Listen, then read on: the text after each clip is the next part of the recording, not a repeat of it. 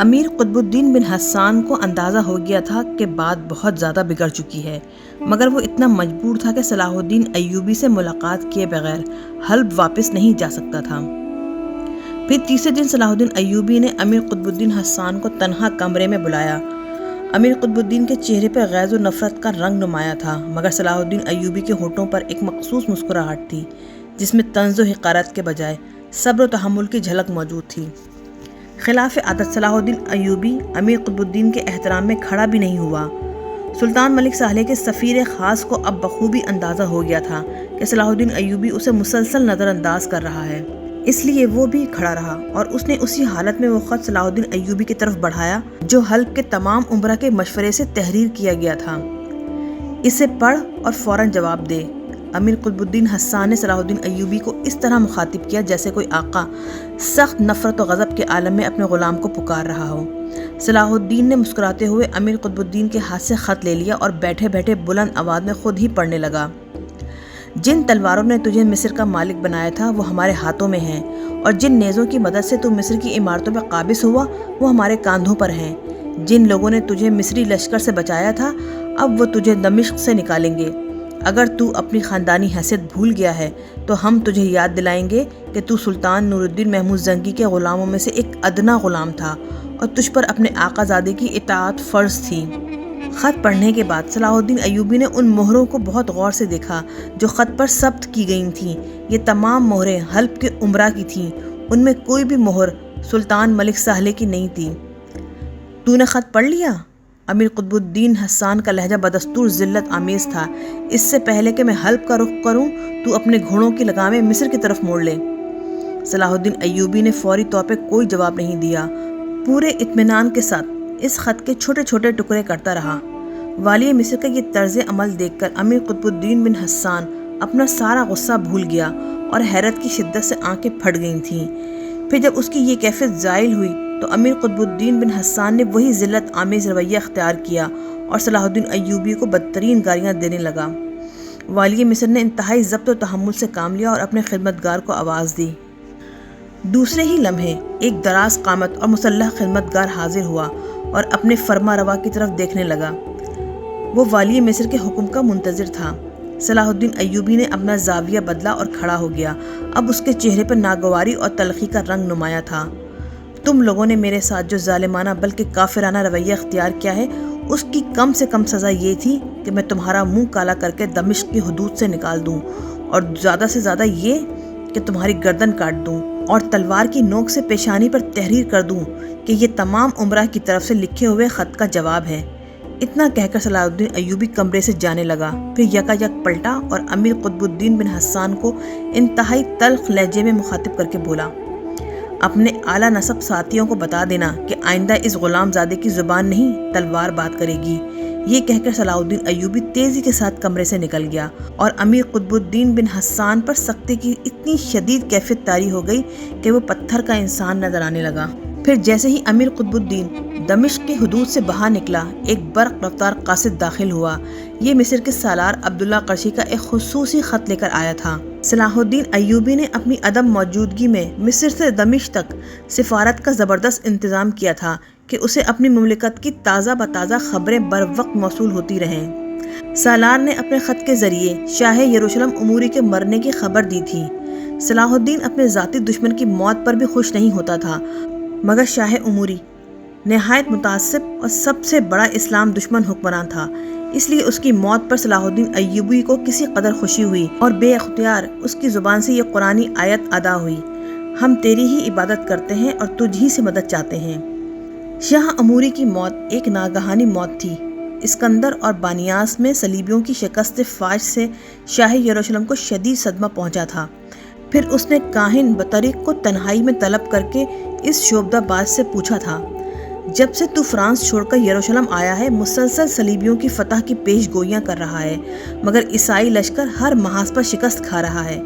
یا تو تیرا علم جھوٹا ہے اور تو یسوع مسیح کے نام پر ہم لوگوں کو بیوقوف بنا رہا ہے، یا پھر یہ تیرے منحوس قدموں کا اثر ہے کہ صلیبی مسلسل مسلمانوں سے مار کھا رہے ہیں۔ کاہن بطریق نے اپنی جان بچانے کے لیے بہت بہانے تراشے، مگر شاہ یروشلم اموری نے کاہن بطریق کی ایک نہیں سنی اور اسے قید خانے میں ڈالتے ہوئے کہا، اگر واقعی تیرے اندر روحانیت ہے تو قید خانے کے دروازے اور پیروں میں پڑی ہوئی زنجیریں توڑ کر نکل جا۔ کاہن نے شاہ کو بہت ڈرایا کہ وہ اس کی دل آزاری سے باز آ جائیں، ورنہ خداوند یسوع مسیح شہنشاہ کو معاف نہیں کریں گے۔ شاہ عموری نے بطریق کی باتوں کا کوئی اثر قبول نہیں کیا اور اس پر سخت پہرے بٹھا دیے۔ شاہ یروشلم کاہن سے اس قدر ناراض تھا کہ اگر درمیان میں شہنشاہ فرانس نہ ہوتا تو اب تک وہ اس جھوٹے کاہن کو قتل کرا چکا ہوتا۔ شاہ عموری بہت ہوس پرست اور بلانوش انسان تھا۔ ایک دن اس پر وحشت طاری تھی۔ صلاح الدین ایوبی نے اسکندریہ اور بانیاس کے محاذوں پر اسے جس طرح ذلیل کیا تھا، ان دونوں واقعات نے عیسائی دنیا میں شاہ عموری کی ساکھ کو شدید نقصان پہنچایا تھا۔ شہنشاہ جرمنی، شہنشاہ فرانس، قسطنطنیہ اور انگلستان کی ملکہ نے عموری کو کم و بیش ایک ہی مضمون کے خطوط تحریر کیے تھے۔ تم نے یروشلم کی تخت نشینی کے وقت تمام عیسائی دنیا سے وعدہ کیا تھا کہ تم بہت جلد مسلمانوں سے صلیبی جنگوں کی شکست کا انتقام لوگے۔ اس سلسلے میں تمہیں ہر قسم کی جنگی اور مالی مدد فراہم کی گئی تھی، مگر تم اپنے وعدوں کی تکمیل نہ کر سکے، بلکہ تمہارا وجود صلیبیوں کی رسوائی کا سبب بنتا جا رہا ہے۔ تم نے یہ بھی کہا تھا کہ سلطان نور الدین زنگی کی موت کے بعد اسلامی ریاستیں عیسائیوں کے لیے ایک تر نوالا ثابت ہوں گی، مگر تم صلاح الدین ایوبی جیسے نا تجربہ کار سالار سے بھی 2 بار شکست کھا چکے ہو۔ اب تمہارے سامنے 2 ہی راستے ہیں، یا تو فوری طور پہ صلیبیوں کا گمشدہ وقار دوبارہ بحال کرنے کے لیے صلاح الدین کو شکست دو، یا پھر یروشلم کے تخت سے دستبردار ہو کر گوشہ گمنامی میں چلے جاؤ، تاکہ ہم یروشلم کی حکمرانی کے لیے ایسے جانباز شخص کا انتخاب کر سکیں جو عیسائیت کے نام پر سب کچھ قربان کر دینے کا حوصلہ رکھتا ہو۔ ان خطوط نے شاہ عموری کو بدحواس کر دیا تھا اور اسے صاف نظر آ رہا تھا کہ وہ بہت جلد اقتدار سے محروم کر دیا جائے گا۔ اس اذیت ناک احساس سے نجات پانے کے لیے عموری دن رات شراب کے نشے میں غرق رہتا تھا۔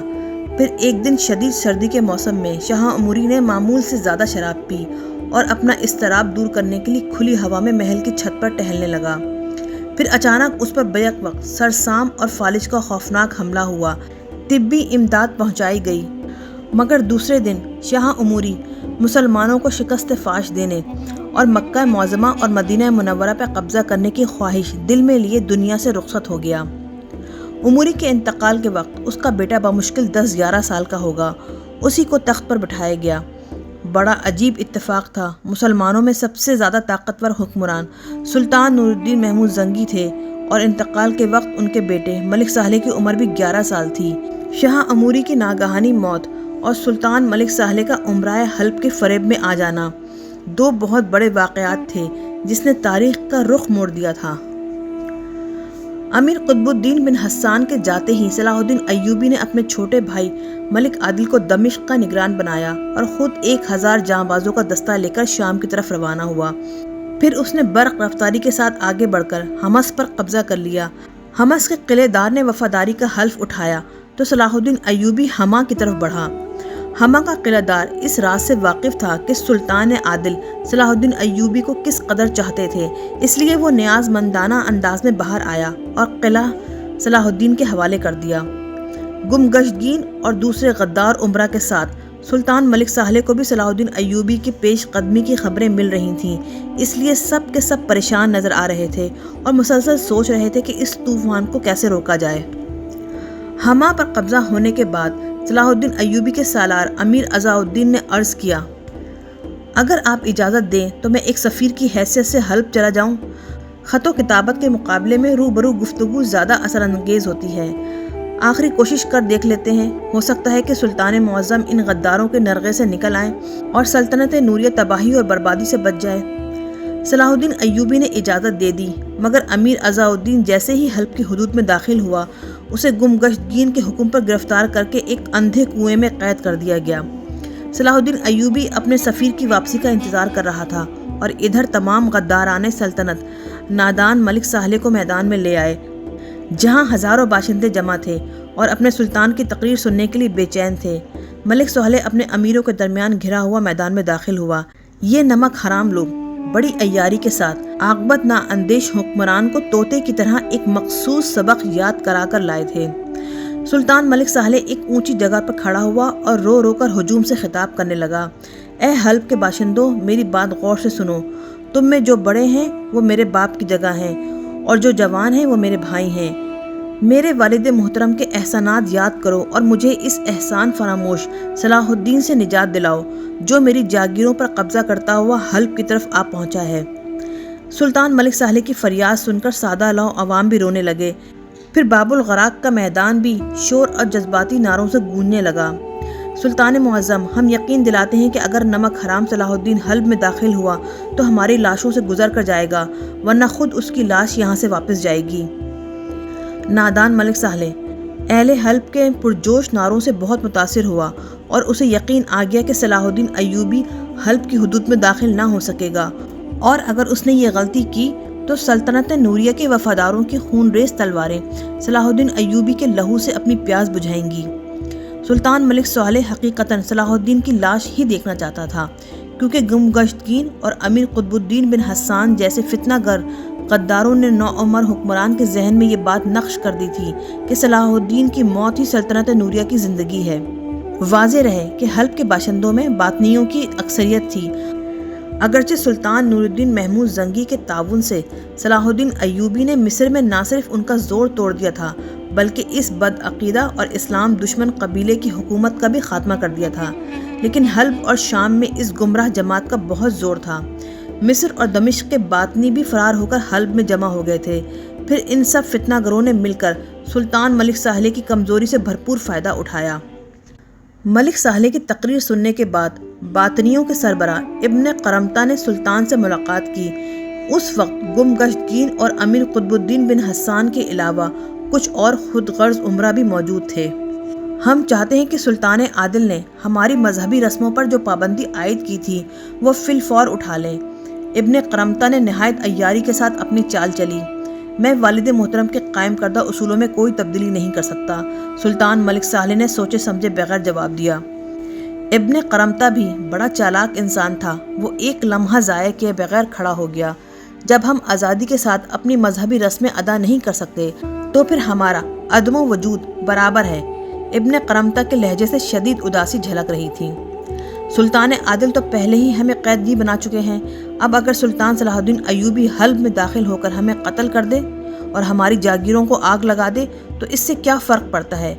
اب ہم کسی معاملے میں نہیں بولیں گے۔ ابن قرمطہ نے در پردہ دھمکی دے دی کہ اگر صلاح الدین ایوبی نے حلب پہ حملہ کیا تو کوئی باطنی سلطان ملک صالح کا ساتھ نہیں دے گا۔ یہ دھمکی کارگر ثابت ہوئی۔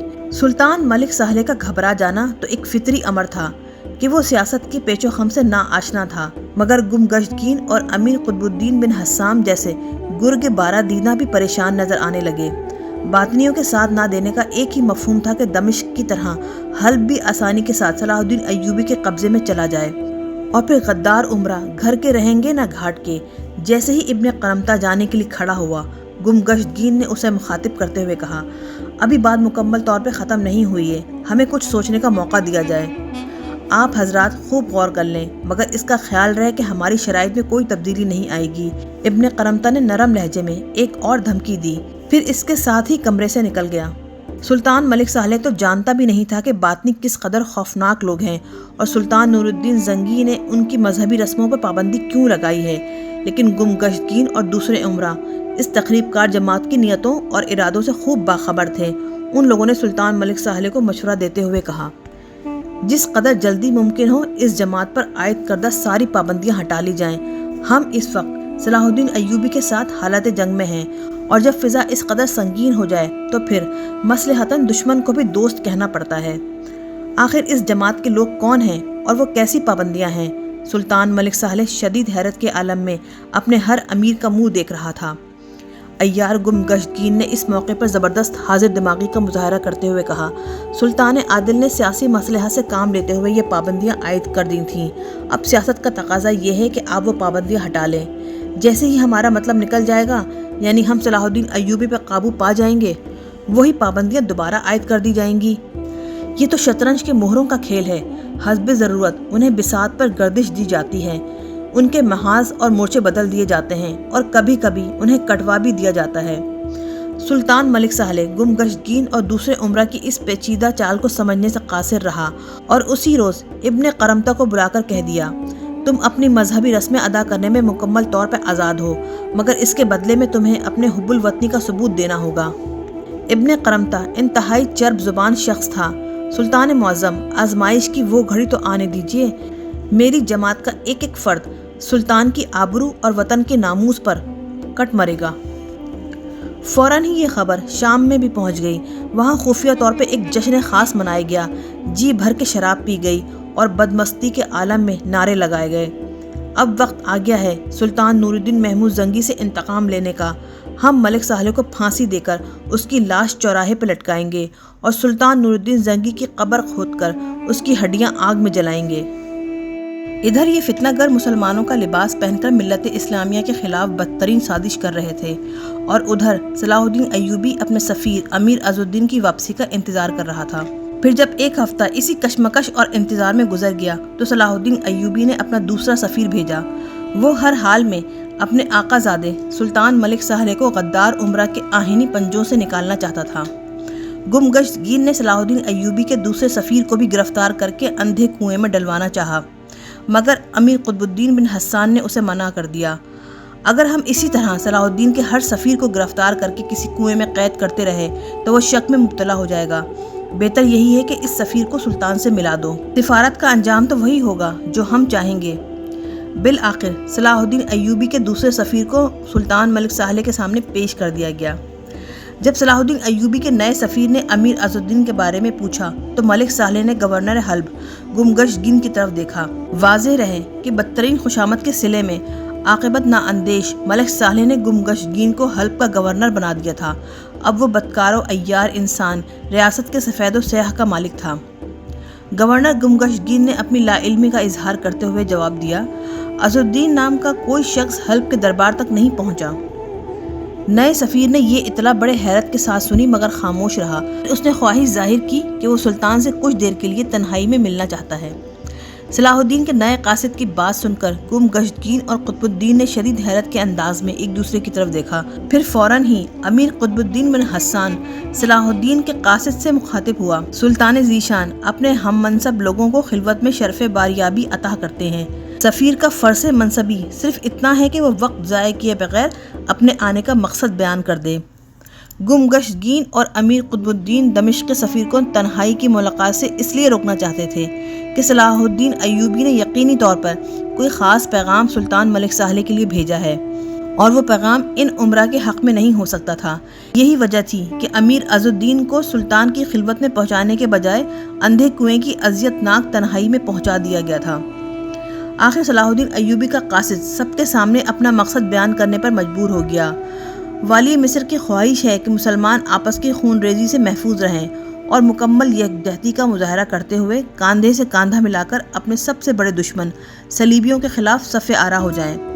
اس سے پہلے کہ سلطان ملک سالح صلاح الدین کے قاصد کی بات کا جواب دیتا، گمگشت گین درمیان میں بول اٹھا، یہ انداز سفارت نہیں، کھلی منافقت ہے۔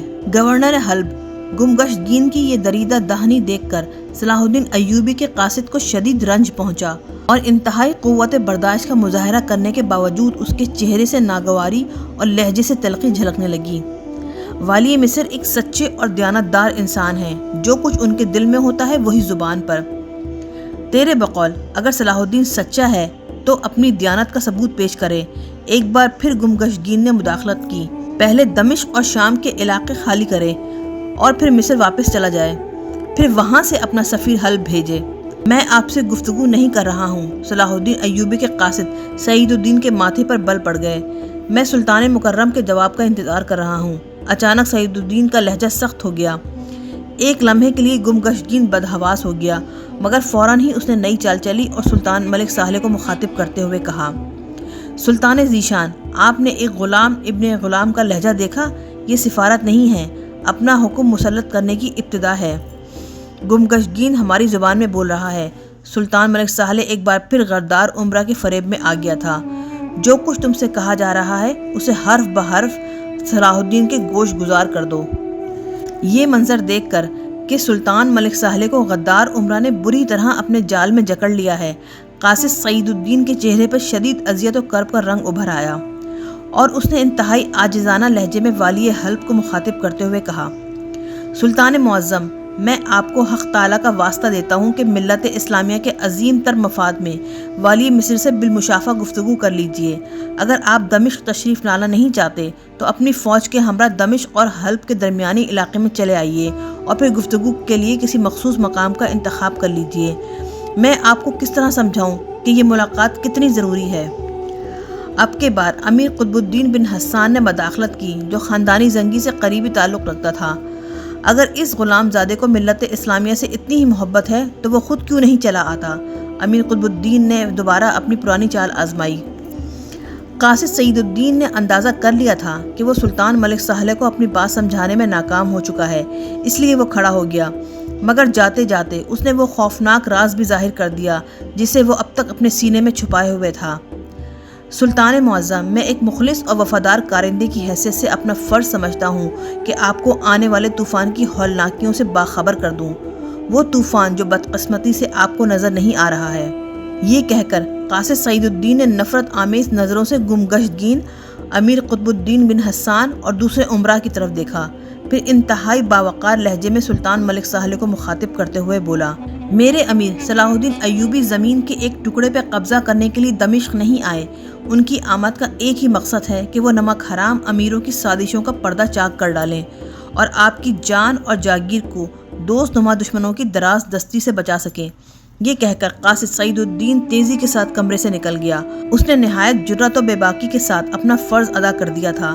اگرچہ گمگشتگین اور قطب الدین وغیرہ نے اپنی چرب زبانیوں اور عیاریوں کا مظاہرہ کر کے سلطان ملک سہلے کو مطمئن کر دیا تھا، مگر قاصد سعید الدین کی بات سن کر وہ نادان حکمران چونکا ضرور تھا۔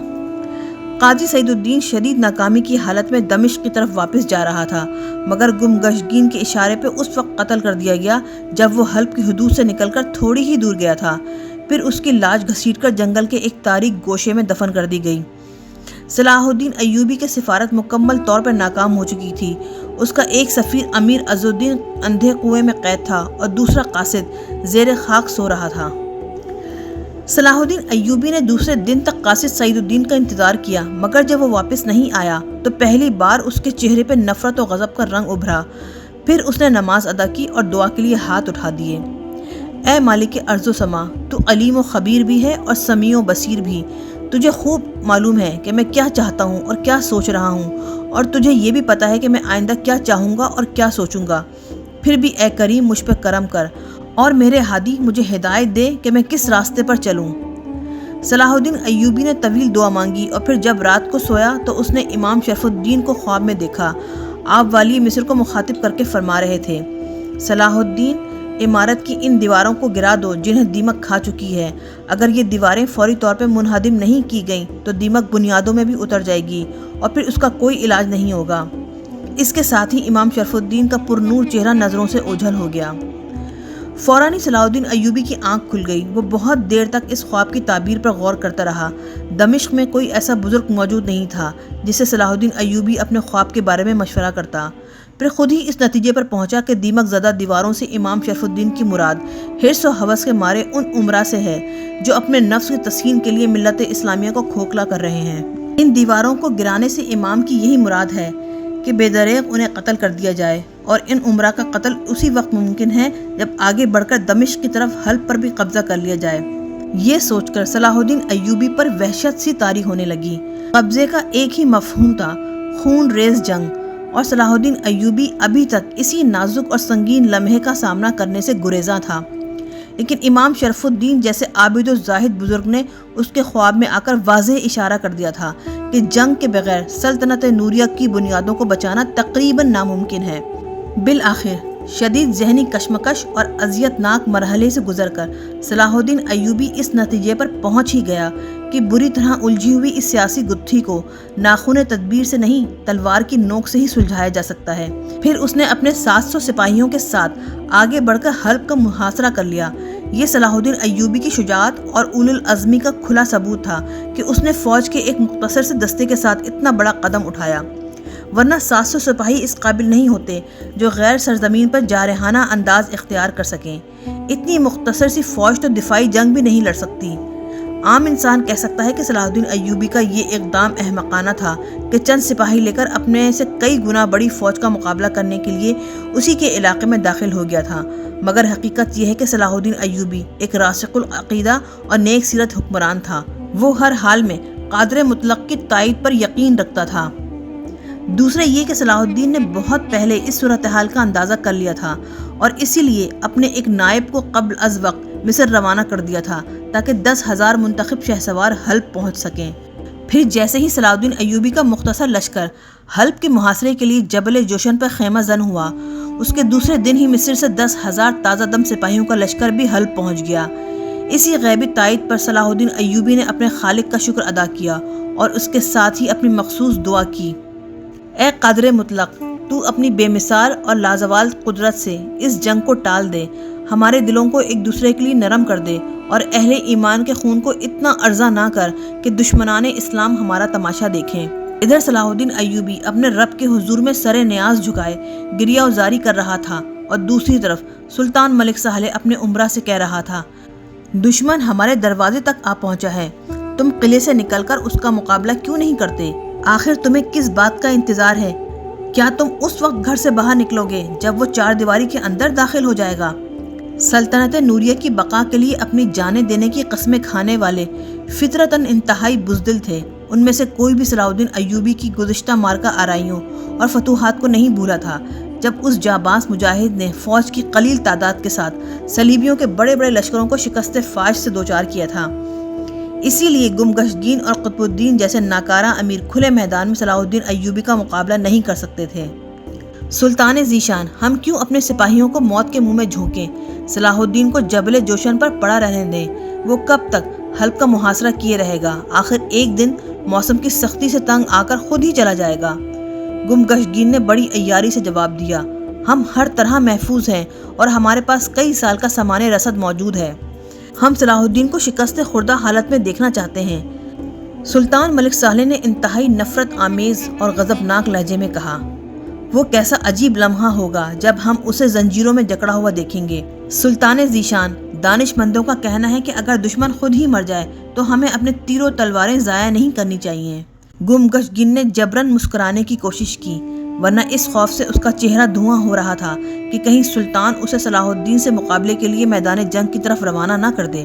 سلطان ملک سہلے اب اتنا کم فہم بھی نہیں تھا کہ کسی دلیل کے بغیر گمگشگین کی باتوں سے بہل جاتا۔ یہ کیسے ممکن ہے کہ ہمارے تیر بھی ضائع نہ ہوں اور صلاح الدین بھی ہلاک ہو جائے؟ سلطان ملک سہلے کے چہرے سے بدستور غصہ جھلک رہا تھا۔ تیر تو ضائع ہوں گے مگر کسی اور کے، یہ کہہ کر گمگشگین جھکا اور کچھ دیر تک سلطان ملک سہلے سے سرگوشی میں باتیں کرتا رہا۔ قریب بیٹھے ہوئے امرا بھی حیرت زدہ تھے کہ آخر گمگشگین اتنی رازداری کے ساتھ گفتگو کیوں کر رہا ہے۔ چند لمحوں کے لیے سلطان ملک سہلے کے ہونٹوں پر گہرا تبسم ابھرا، مگر فوراً ہی وہ بہت زیادہ سنجیدہ نظر آنے لگا۔ کچھ بھی ہو، ہمیں صلاح الدین کا سر چاہیے، یہ کہہ کر سلطان ملک سہلے خفیہ اجلاس سے اٹھ کر اپنے خصوصی کمرے میں چلا گیا، جہاں ایک نوخیز اور حسین لڑکی شراب کی سراہی لیے اس کی منتظر تھی۔ سلطان ملک سہلے کے اعصاب پر صلاح الدین ایوبی کا جو خوف طاری تھا وہ اسے شراب کے ساغر میں ڈبونے لگا تھا۔